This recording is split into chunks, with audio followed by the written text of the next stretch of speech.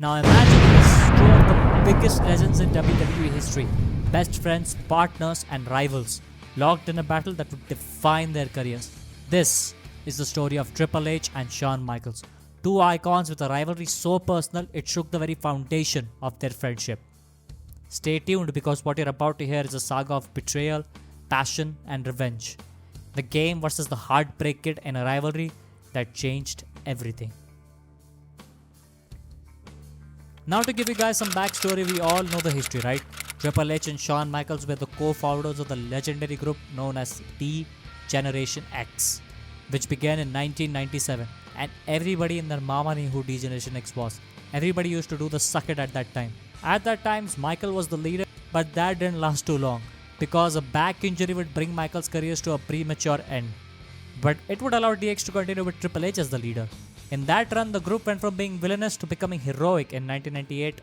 But in 1999, it would see many betrayals. First from China, but the biggest one would came from Triple H at WrestleMania 15. The game would be on the rise as a bad guy going on to finally capture his first ever WWF Championship in the August of 1999. But as for Shawn Michaels, he was still retired. But he still made a number of appearances during his semi-retirement, which actually included being part of the NWO in 2002. Which he asked Triple H to join. Which brings me to Vengeance 2002, where Triple H was a former WWE champion. He lost his championship when he was being forced to choose a brand between Raw and SmackDown. And after Eric Bischoff, the Raw general manager, and Stephanie McMahon, the SmackDown general manager, gave their pitches, the game appeared to be headed to the blue brand because his wife was there. I mean, come on, who wouldn't go for Stephanie? Until HBK appeared and Michaels gave his own pitch, referring to his and Triple H's real life friendship to get him over to the Raw side. With the plan to reunite the T Generation X and mess with Eric Bischoff, Triple H decided that he would be better off on Monday Night Raw. So this is how Triple H and Shawn Michaels will reunite after years of being separated, and the D Generation X was looking to have a great comeback. The betrayal. So the introduction of Triple H and Shawn Michaels to Raw did not go as the latter wanted. The decision was made for HBK to be Triple H's manager, and upon hearing this, Michaels walked off. I mean, everybody knows about Michaels' behavior in the 90s, right? But it was not the 90s anymore. Triple H was at the top of his game. No pun intended.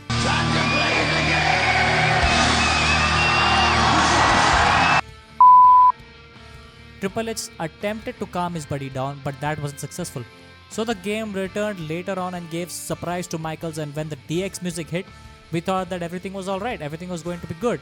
Until Triple H suddenly delivered a pedigree to Shawn Michaels, and after that, when the game tried to explain his actions that why he attacked Shawn Michaels, he received the news that Michaels was found attacked in the parking lot.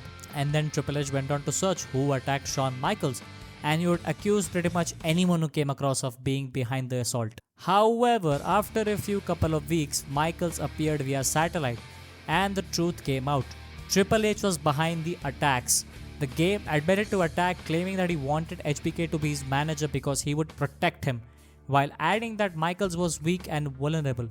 Michaels wasn't the same guy who he was in the 1990s, and that Shawn Michaels would be better off as Triple H's pitch. Then Michaels would have had enough of Triple H. He decided to challenge Triple H to a fight at SummerSlam, which would mark his first match since WrestleMania 14, just 4 years after his retirement. And after the match was made official, Triple H made a bold admission saying that he and Michaels were never best friends. Triple H claimed that he used Michaels to get to the top, while also saying on the other hand that Michaels used him to stay on the top. He also claimed that the cheering fans were the reason why he turned on Michaels, accusing them of making him weak and soft. The match for SummerSlam was then made in a non-sanctioned match, which is the equivalent of a street fight. And it's a match that I've watched many times. Like, seriously, go up and check it out. It's a really cool match. And if you've really played WWE 2K25, then you know what I'm talking about, right? And this was the first part of their long rivalry, and so many stories told. For Michaels, it was a comeback story, and it was portrayed as possibly being a one-off. And nobody knew if this was only going to be the one match that Michaels was going to fight. And for Triple H, it was a tale of a man who was trying to surpass a long-time legend in Michaels. As he spent the entire build telling Michaels that his time was over, the game was the new showstopper. Unsurprisingly, Triple H and Shawn Michaels threw everything they had, and in the end, Michaels was victorious. And after the match ended, he couldn't celebrate his victory for long as Triple H attacked Shawn Michaels from behind with a sledgehammer twice.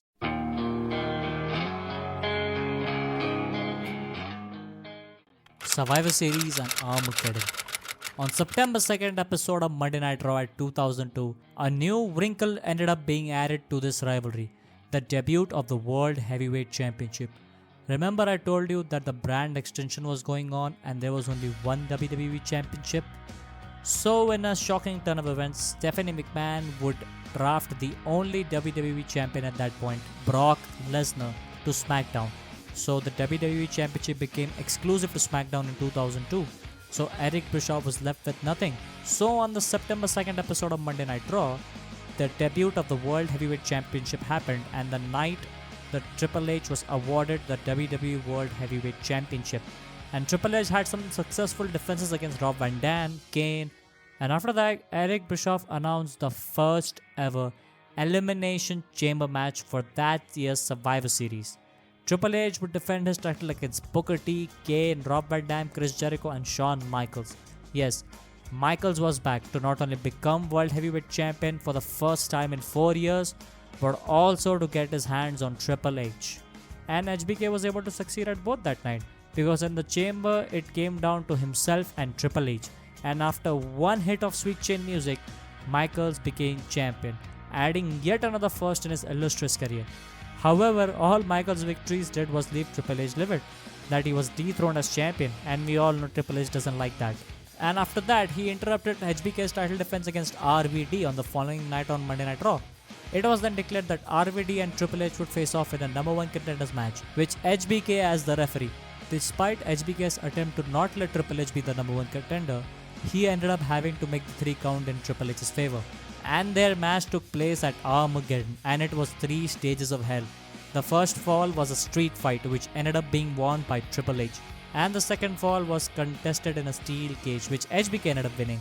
Now it's a classic match, both wrestlers have won 1 fall each, leading to a third and final fall being decided in HBK's specialty, a ladder match. Despite that fact it's being a ladder match and Shawn Michaels' specialty, Triple H ended up winning the third fall and the World Heavyweight Championship back, with the help of Ric Flair obviously.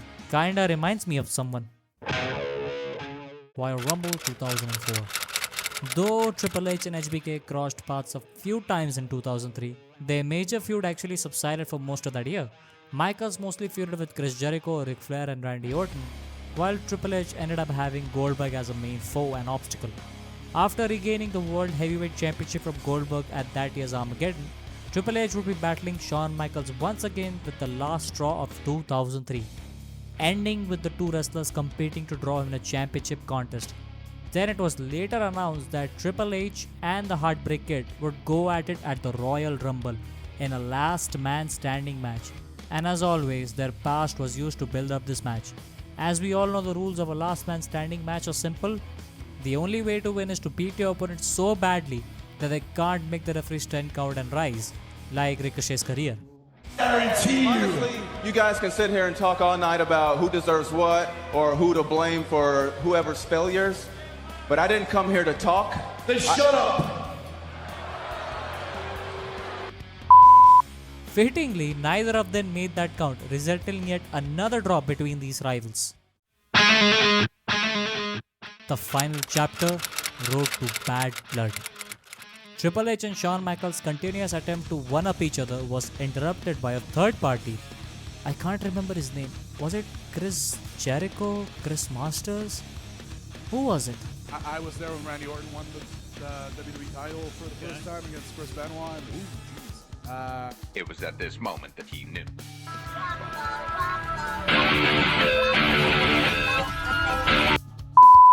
Chris Benoit, who won the Royal Rumble and went to Raw to challenge for the World Heavyweight Championship. Triple H lost to Benoit in a triple threat match at WrestleMania 20 when he submitted to Benoit, and in a triple threat rematch at Backlash, it was Michaels who submitted to Benoit. And after Backlash, Triple H was upset after learning that Michaels would get a one-on-one shot against Chris Benoit.